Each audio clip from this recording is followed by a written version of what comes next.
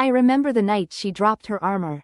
It wasn't with a sound of clashing metal or the thunder of battle, it was quieter than that. A sigh between two heartbeats. A moment when her eyes stopped fighting the world and began searching for something gentler.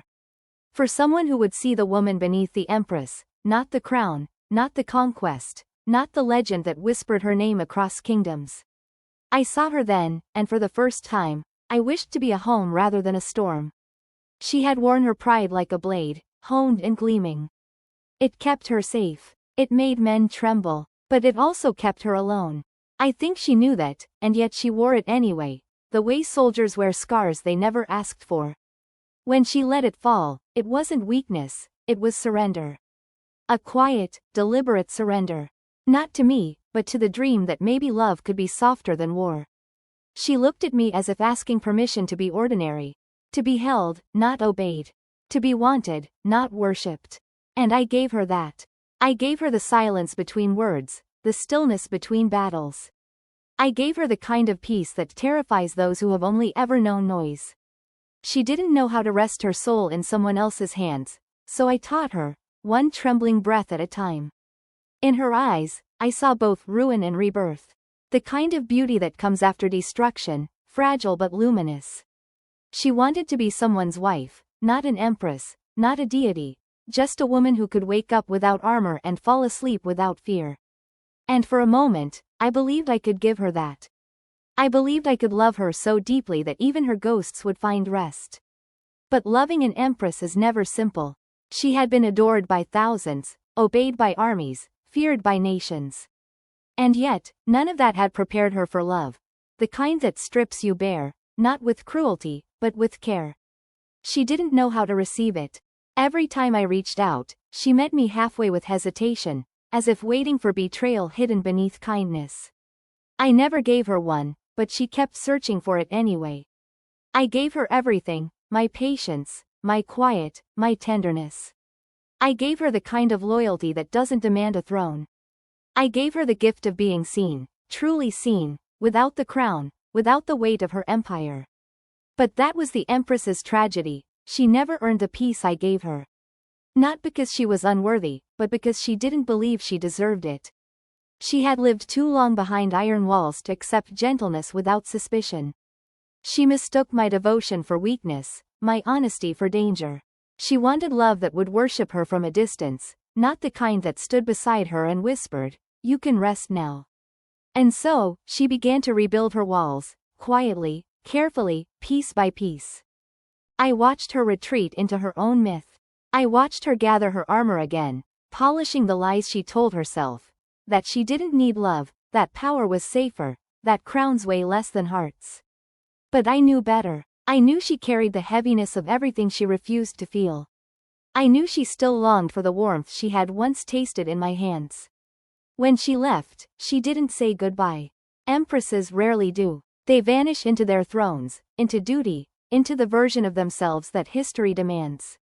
I stood there, holding the echo of a woman who had once dared to be human with me, if only for a fleeting breath. I gave her the empress's gift she never earned, the freedom to be loved without condition. The gift of knowing that someone saw her not as power, but as person. And perhaps that was too much for her. Perhaps it's easier to rule kingdoms than to surrender to tenderness. Still, if I close my eyes, I can hear the moment her armor fell. It's softer than memory, gentler than regret. It sounds like trust learning how to breathe.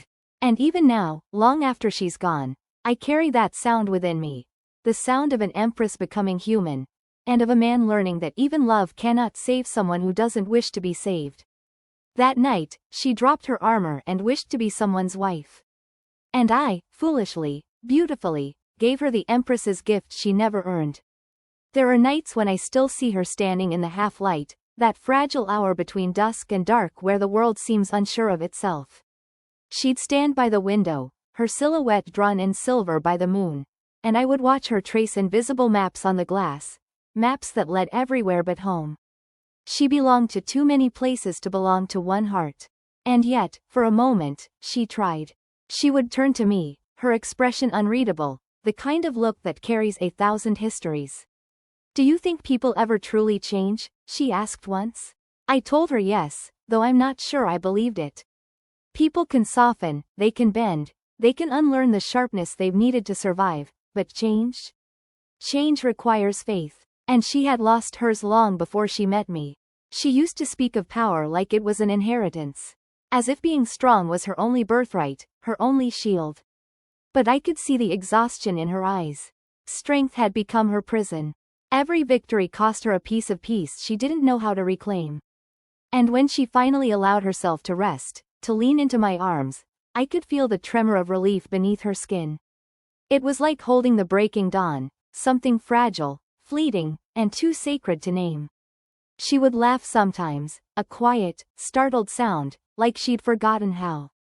I lived for those moments. The Empress, stripped of her titles, barefoot in human, laughing into the dark. She'd rest her head on my chest and whisper dreams she'd never dared to speak aloud. Dreams of simplicity, of gardens instead of palaces, of mornings unburdened by duty. I listened as if her words were holy, because in a way, they were. They were the first confessions of a soul learning how to breathe again. But love is a dangerous cure. It shows you the truth you've spent your life hiding from. And truth is rarely kind. She began to see the cost of all she'd built, the thrones forged from loneliness, the crowns polished by sacrifice. She began to question what it was all for. And I, in my naivety, thought I could be her answer. There's a kind of arrogance in believing you can heal someone who has learned to worship her own wounds. I mistook her silence for peace, her stillness for surrender. But deep down, she was preparing for departure. Love had become another empire to her, something to conquer, something to control before it consumed her. One night, she said, "You make me forget who I am." I smiled, thinking it was a compliment. But now I know it was a warning. She didn't want to forget. Her identity was armor, her past was her weapon. To lose them was to risk being nothing. And she would rather be feared than be forgotten. I tried to hold her, but she was already slipping away, bit by bit, word by word. Her tenderness became rationed, her touch measured. She began to speak of duty again, of destiny, of the things that once chained her. I could see her reaching for her crown even as her hands trembled. And I knew then that love had frightened her more than war ever did. I told her once, "You don't have to be strong here." She looked at me with that familiar sadness, the one that always preceded her withdrawal, and whispered, "But if I stop being strong, who will I be?" I didn't have an answer. So I stayed silent, and in that silence, she rebuilt herself. Brick by brick, wall by wall, until I could no longer find the woman I had loved, only the Empress I had once admired from afar. It's strange how love can turn into legend when memory touches it. We forget the pain, we polish the moments until they gleam. But I remember everything, the tremble in her hands, the quiet in her laughter, the way she looked at me like I was both sanctuary and threat. I was the mirror she feared, the reflection that showed her the cost of her crown. She didn't thank me when she left. She didn't need to. The silence she left behind was her final decree, a reminder that even the most powerful hearts can be terrified of peace. And yet, even knowing all of this, I can't resent her. She came to me broken by the world and left stronger, sharper, colder. Perhaps that was my purpose, to remind her of her humanity before she buried it for good. Sometime, I wonder if she ever thinks of me, if somewhere behind her guarded eyes, she recalls the man who loved her without asking for a throne. But I suspect she has erased me the way rulers erase their mistakes, from history, not from memory. Still, when I close my eyes, I can see her there, the Empress without her crown, the woman without her armor, standing in the moonlight, whispering to the glass that she wished to be someone's wife. And I, once again, give her everything she could never accept. Because some loves are not meant to be kept. They're meant to remind you of who you were before the world demanded something else. She dropped her armor, and for a heartbeat, she was mine, not the Empress, not the legend, but the woman beneath it all. And that heartbeat, though brief, was eternity enough for me. There's a moment that keeps replaying in my mind, the moment she turned back to me for the last time. No crown, no soldiers, no audience. Just her, standing in the doorway, caught between leaving and longing. The light behind her made her look almost unreal, like a dream that hadn't decided whether to fade or stay. She didn't say a word. She didn't have to. I could read every thought in the silence that stretched between us. It was the silence of everything we wanted to say but knew we shouldn't. She had always been afraid of stillness. For her, quiet meant danger. It meant vulnerability, exposure, the loss of control. But in that moment, the quiet wrapped around us like a shroud. I could feel her hesitation, the faint tremor in her breath, the way her eyes softened and then hardened again. It was as if two versions of her were fighting for dominance, the woman who wanted to stay, and the empress who knew she couldn't. I wanted to reach out. Just once more, to remind her that love doesn't have to be a battlefield, that not every surrender ends in ruin. But I didn't. I had learned that love, no matter how deep, cannot chase someone who has chosen distance as safety. She stepped toward me, and I thought she might speak. Instead, she touched my face, gently, almost reverently, as though memorizing it for a war she was about to return to. Her fingers were cool, trembling slightly, and when she finally pulled them away, I felt the ache of something sacred breaking. "You loved me too softly," she whispered, barely audible. And I never knew how to be soft back. I didn't argue. I just watched her go. After she left, the rooms felt too large. The air held her absence like a wound that refused to close. Her scent lingered, faint traces of jasmine and iron, the paradox that defined her. For days, I moved through the spaces she had filled, half expecting her to return, half knowing she never would. I told myself I'd grown used to loss, but there's a kind of emptiness that doesn't dull. It becomes part of you, like an echo you carry in your chest. People say time heals, but they forget to mention that healing often means forgetting. And I didn't want to forget her. Even if remembering hurt, it felt like proof that she had been real, that what we shared had existed beyond illusion. So I wrote her name in the quiet corners of my mind and spoke to her in the silence she left behind. I began to see her everywhere, in the rain that struck the window with quiet persistence, in the flicker of candlelight, in the sound of silk brushing against stone. She was gone, yet she lingered. Not as a ghost, but as a lesson I had not yet finished learning. I tried to understand what drove her to leave. Power? Fear? Destiny? No, it was simpler than that. She left because love demanded honesty, and she had built her life on survival. To love is to be unguarded, and she had spent too long mastering the art of control. My tenderness frightened her because it made her confront the truth, that she didn't need her crown to be seen, and that terrified her more than any battle ever could. I remember the night before she left. She sat beside me, silent, her eyes lost in the firelight. "Do you think peace ever lasts?" she asked. I told her peace isn't something that lasts. It's something you visit, a brief breath between storms. She smiled then, a small, sad smile that told me she already knew her answer. She never promised to stay. I never asked her to. Love, between us, was a fragile truce, an agreement made in the shadow of who we were. And when she broke it, I couldn't blame her. I had loved her knowing she might never love me the same way. I had offered her gentleness, and she had accepted it as one accepts mercy, gratefully, but with guilt. There's something quietly devastating about giving someone peace they don't believe they deserve. They'll hold it like borrowed light, fearful of breaking it, certain it was never meant for them. That was her. She carried my love as if it were a crown too heavy to wear. Sometimes, I wonder what would have happened if I had asked her to stay.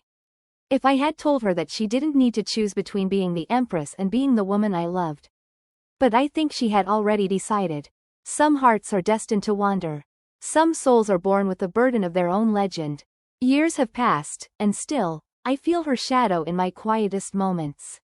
There are times I wake from dreams with her name on my lips, the sound fading like the echo of a prayer. I've loved others since her, but never in the same way. Never with that same dangerous devotion, the kind that leaves a mark beneath your ribs. Because she was more than a woman. She was the lesson every man fears to learn. That love is not always enough to save someone who refuses to be saved. And yet, I can't bring myself to regret it. To love her was to touch something eternal. Even in her absence, she remains, not as the empress who conquered the world, but as the woman who, for one fleeting moment, let her armor fall and allowed herself to be seen. And though she may never know it, that moment was enough. Enough to turn a man into a witness. Enough to make a lifetime of longing feel like a small price to pay for the memory of her truth. She dropped her armor once. And in that moment, she was everything, fragile, divine, untouchable, and mine. I used to think love was something that completed you, that it filled the empty spaces and made the broken pieces make sense. But after her, I learned it's not completion. It's a collision. Two worlds meeting, neither unchanged when they part. She didn't fill the emptiness in me. She showed me how deep it really went. And maybe, in some quiet way, I did the same for her. When she left, I tried to move on the way people always say you should. I told myself that life goes on, that hearts mend, that time will soften even the sharpest memories. But it never softened her. She remained vivid, alive, defiant inside me. Every woman I met afterward, I measured against her shadow, and none of them stood a chance. It wasn't fair to them, I know. But love, once it burns that deeply, leaves its own kind of blindness. I remember once, before everything began to fall apart, she asked me what I saw in her. It seemed like a simple question, but there was something desperate in her tone, a tremor beneath the words. I told her I saw the woman she tried so hard to hide. Not the empress, not the conqueror, not the symbol that others worshipped or feared. Just her. The one who laughed softly when she forgot herself, the one who looked out at the horizon and wondered what it would be like to stop running. She looked at me for a long time after that. Then she said, "That woman doesn't exist." But she did. I held her. I heard her heartbeat. I saw her cry when she thought I wasn't watching.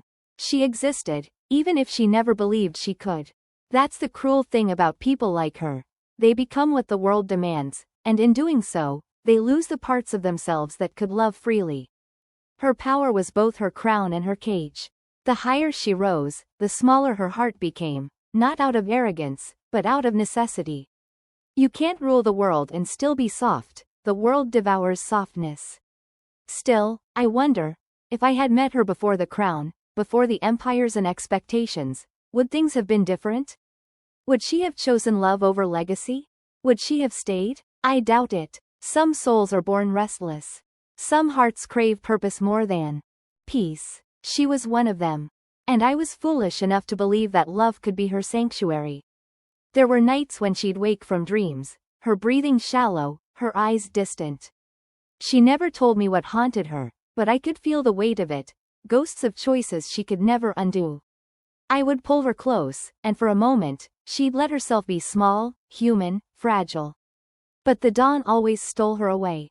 By morning, she was the empress again, composed, untouchable, her voice sharpened back into command. I used to think I could reach her through patience. That if I just loved her hard enough, long enough, she'd finally trust it. But love doesn't work like that. You can't convince someone to believe in tenderness when all they've known is survival. She didn't know how to stand still in safety. Peace made her nervous. It made her question her worth. One evening, she said to me, "You don't understand what it's like to be needed by the world." I said, "Maybe, but I understand what it's like to be needed by no one, and to finally be seen." She didn't respond, but I saw something shift in her expression, sorrow, maybe. Or envy. She had everything, and still, she was starving for something real. I often think about that. How love can be a feast to one and a famine to another. I gave her everything I had, and to her, it was never enough. Not because I was lacking, but because she couldn't taste the peace I offered. Her hunger was for something I could never provide, the illusion of control. When she left, she took nothing with her, but somehow, everything felt gone. The space she once occupied in my life became sacred ground, too painful to rebuild. I told myself I'd close that chapter, that I'd stop writing her name in the margins of my days. But memory is stubborn. It doesn't listen to reason. Sometimes, I catch glimpses of her in strangers. A tilt of the head, a flash of the eyes, a way someone carries themselves with quiet authority. And for a heartbeat, it's her. My chest tightens, my pulse betrays me, and I remember everything. The warmth of her voice, the cold of her distance, the way she looked at me the last time we spoke. I still wonder if she found what she was searching for. Did she ever find someone who could love her without fear? Or did she bury her heart completely beneath the weight of her crown? Part of me hopes she's happy, truly happy. The other part knows that some hearts are too scarred to ever be content. And maybe that's why I loved her, because she was impossible. Because she was everything I wasn't brave enough to be. She dropped her armor once, and for that single moment, she belonged not to her empire, but to herself. I was only a witness, a keeper of her brief surrender. And though she walked away, I still care. Why that moment like a relic, a proof that even the most untouchable souls crave to be held. They say every empire falls. Maybe hers did too. But if it did, I hope it wasn't to war or betrayal. I hope it was to love, quiet, patient, unrelenting love. The kind that doesn't demand, the kind that simply waits. And if she ever looks back, even for a second, I hope she remembers the man who saw her not as a queen, not as a conqueror, but as a woman who, for one night, dared to dream of being someone's wife. It's strange how love lingers in the smallest of things. A scent on a passing breeze. A phrase you once whispered to her now echoing in someone else's voice. Even the quiet has her fingerprints on it. It's been years since she left, but time hasn't learned how to erase her. It only hides her in new disguises. Sometimes I catch a glimpse of her shadow in the mirror of my own reflection, and I realize I've carried her with me in ways I never meant to. I often wonder if she ever truly understood what she meant to me. Maybe she did, and that's what frightened her most. To be loved without condition is to face a truth you can't control. She had built her life on certainty, on knowing who she was, what she commanded, what she would never allow herself to feel. My love shattered that certainty, and she mistook that shattering for danger. There's a certain tragedy in loving someone who doesn't know how to receive love. You pour into them until you're hollow, until your devotion becomes a mirror they can't bear to look at. Because in your eyes, they see everything they've buried: softness, vulnerability, longing. She wasn't ready for that kind of reflection. She once told me that love felt like losing her balance. That every time she let herself fall toward it, something inside her screamed to resist. I asked her why. She said, because if I fall, I don't know if anyone will catch me. I told her I would. Every time. But she didn't believe me. Maybe because she had caught too many who never looked back. Maybe because no one had ever truly caught her before. I began to see how deep her loneliness ran. It wasn't just the kind that comes from being alone, but the kind that comes from being misunderstood. The kind that turns your crown into a cage and your throne into an exile. She could command armies, but she couldn't command her own heart. There were nights when she would come to me wordless, her body trembling with something she couldn't name. I'd hold her as if stillness could save her, as if my heartbeat could drown out the noise of her ghosts. And for those few quiet hours, she'd let herself be undone. No titles, no defenses, just the woman beneath all the armor, clinging to the one thing she feared most, being seen. I think that's what love really is. Seeing someone clearly and choosing to stay anyway. Not because they're perfect, but because their imperfections make them human, make them real. I saw her humanity even when she refused to claim it. And I loved her not in spite of her flaws, but because of them. But love, no matter how pure, cannot sustain itself alone. It needs to be met halfway. And she was always half a step away, half a breath from surrendering, half a truth from admitting what she felt. I could reach her fingertips, but never her heart. I used to think I failed her. That maybe I wasn't enough to break through the walls she built. But now I understand, some walls aren't meant to be broken. Some are meant to stand as reminders of what the heart had to endure. She didn't build those walls to keep me out, she built them to survive herself. There's a kind of peace in that understanding, though it came too late. It's the peace of acceptance, of loving someone fully and letting them go without bitterness. I no longer dream of her returning. I no longer wait for her shadow to cross my path. But sometimes, when the night is still enough, I can almost hear her voice, soft, uncertain, asking questions only silence can answer. Did you ever stop loving me? She asks in those imagined moments. And I always whisper back, no. I just learned to love you differently. Love doesn't disappear. It transforms. It becomes memory, becomes lesson, becomes something quieter, wiser, sadder. The kind of love that no longer asks for anything in return. The kind that lives in the spaces between words. I've met people since her. Kind souls, gentle hearts, but none of them made the world tilt the way she did. None of them carried that same storm beneath their skin. And maybe that's a mercy. Because loving her was not peace, it was fire. And though it burned beautifully, it left ash in its wake. Still, I would walk through that fire again, knowing the ending would be the same. Because there's something sacred about the kind of love that teaches you who you are, even if it breaks you in the process. She taught me that love is not about possession. It's about revelation. It's about standing before someone's truth, even when it hurts, and saying, I see you, and I choose you anyway. If I could speak to her now, I wouldn't ask her to come back. I'd simply tell her what I should have said then, that she was already worthy. That she didn't need to earn peace or love or gentleness. That she didn't have to be an empress to be extraordinary. But maybe, somewhere out there, she's already learned that. Maybe she's standing in another dawn, without her crown, without her armor, finally breathing freely.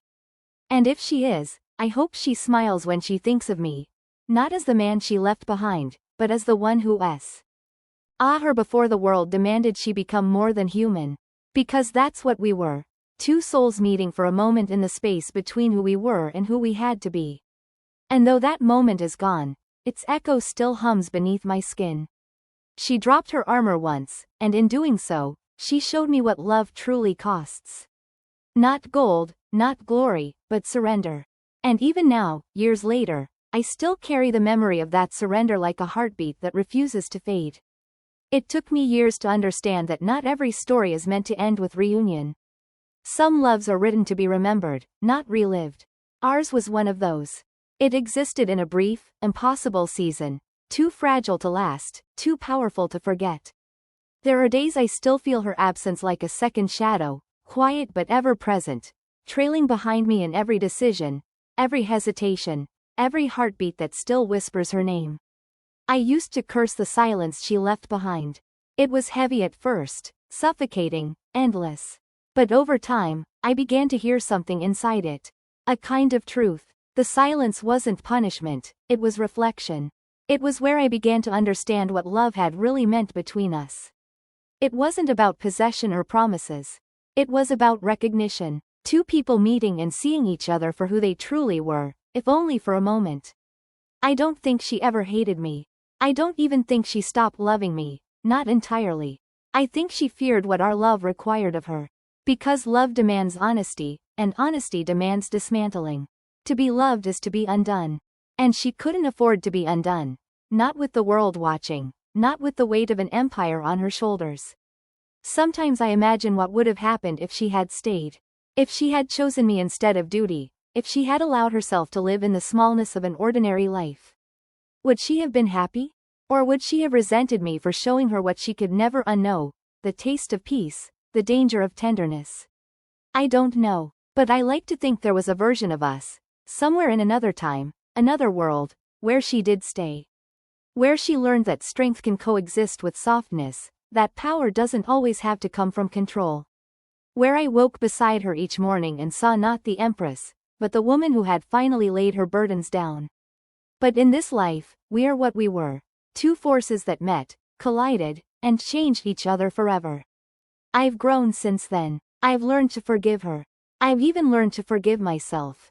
Because for a long time, I carried guilt like armor of my own. Guilt for not saving her, for not being enough, for not holding her tighter when she slipped away. But love isn't salvation. It's revelation. It shows you the wound, but it doesn't always heal it. She taught me that. And though she never said it, I know I taught her something too. That not all love is conditional. That not every man wants to conquer. That sometimes, love simply wants to understand. There are moments when I feel her near, not as a haunting, but as a presence. When the air shifts and the world grows still, I swear I can sense her calm, her quiet strength. Maybe she's thinking of me, wherever she is. Maybe she's remembering the nights when she could rest her crown on my shoulder and simply exist. I like to think she found someone who can meet her where I couldn't, someone who understands that even empresses need a place to fall. Someone who loves her not for her power, but for the silence between her breaths. But even if she hasn't, I hope she found peace. Because if anyone deserved rest, it was her. And as for me, I've learned to live with her ghost, not as a wound, but as a companion. There's a strange comfort in carrying someone's memory long after they've gone. It reminds you that what you felt was real, that your heart was once brave enough to open that wide. Love changes shape over time. What once burned now glows. What once ached now hums quietly beneath the surface. I no longer ache for her the way I used to. I no longer dream of what could have been. Instead, I feel gratitude, raw, deep, unwavering gratitude, that I got to love her at all. That I got to see her without her armor, if only once. Because that's the thing about rare people. They don't pass through your life without leaving marks. They carve their initials into your soul and vanish, and you spend the rest of your life tracing the letters with your memory, both in pain and in reverence.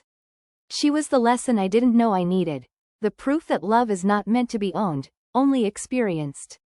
That to love someone fully means being willing to let them go, even when every part of you wants to hold on. Sometimes I stand by the sea, where the world feels endless, and I whisper her name into the wind. Not in longing, but in recognition. It's my way of saying, I still remember. I still honor what we were. The waves carry it away, and I imagine her hearing it in some faraway place, the same way I still hear her voice in my dreams. If I close my eyes, I can still see that night, the last one, when her armor lay at her feet and her heart lay open in her gaze. The night she stopped being the empress and became the woman I'll remember for the rest of my life. And though she may never know it, she gave me something too, the courage to be vulnerable. The courage to love without expecting it to save me. The courage to see beauty in what's fleeting. She dropped her armor once, and I gave her the empress's gift she never earned, but perhaps I was wrong. Perhaps, in that moment, she did earn it. Not through conquest, not through power, but through the bravery it takes to be seen. And maybe that's what love really is. Two people meeting without their armor, if only for a heartbeat, and leaving each other forever changed. Sometimes, when I think of her now, it feels like remembering a story I once lived inside, half memory, half myth. The edges blur, the colors fade, but her presence, that never dulls. It's still there, steady as a pulse beneath time's quiet disguise. I can't recall the exact sound of her voice anymore, but I remember the way it felt, warm, deliberate, carrying both command and confession. Every word she spoke carried weight, like she knew language itself bent around her. She was never meant to belong to anyone, not truly. The world itself seemed to bow before her, and yet, when she looked at me, I saw something the world had never touched. A flicker of innocence she had hidden so well, even from herself. She didn't need saving. She just needed someone who would see her without demanding she prove her worth. I was that someone, for a time. I think that's why she came to me in the first place. Not because she was searching for love, but because she was searching for quiet. For a place where she could set her crown down and not be asked to earn her place in the world. I gave her that quiet. I gave her that safety. And she, unknowingly, gave me something far more dangerous. She gave me meaning. There's a price for that kind of exchange. Meaning binds you to memory, and memory never lets you go. Even now, years later, I find myself pausing mid-thought, mid-laugh, mid-life. Because something, somewhere, reminds me of her. A scent, a color, a sound. And suddenly I am back in that moment when she first let her armor fall, and I remember how fragile she looked, standing there in her own truth. I used to think love was about holding on. Now I know it's about holding space, for the people we lose, for the moments that change us, for the echoes that refuse to fade. I no longer ache for her return. I simply honor the part of me that still stands beside her in memory, whispering the words I never got to say aloud. You were enough. You were always enough. Because she was. She just didn't know it. The world had taught her to equate worth with victory, to measure love by conquest. But love isn't conquest. It's surrender, the kind she offered me once, trembling but real. I wish she could have seen herself the way I did that night. No crown, no armor, no mask. Just her. And maybe, in that one unguarded moment, she did. People often ask if I regret it, loving her, giving everything to someone who walked away. I don't. Regret implies I would undo it, and I wouldn't. The pain was war. The truth it revealed. The loss was worth the lesson it left behind. She taught me what it means to love without ownership, to give without expecting, to see without needing to be seen in return. And maybe that's what makes her story eternal in me. She wasn't my happy ending. She was my becoming. I've built a life since then, quieter, simpler, filled with the kind of peace she never trusted. But even in this calm, I carry traces of her. The way she spoke of the stars as if they were old friends. The way she moved through the world like a secret only she could keep. She made me see beauty differently. She made me believe that strength doesn't always look like survival. Sometimes, it looks like softness that refuses to die. If I ever saw her again, I wouldn't speak of the past. I'd just thank her. Thank her for letting me witness her at her most human. Thank her for teaching me how to love without armor of my own. And then I'd let her walk away again, this time without sorrow, because I finally understand that love doesn't fail when it ends. It only fails when it forgets. And I will never forget her. She dropped her armor once, and the world didn't stop, but my heart did. In that silence, in that stillness, I saw the truth of her, and the truth of myself. We were two souls meeting in a war neither of us could win, offering each other peace we couldn't keep. But for one perfect moment, we held it, that fragile, impossible peace, between our trembling hands.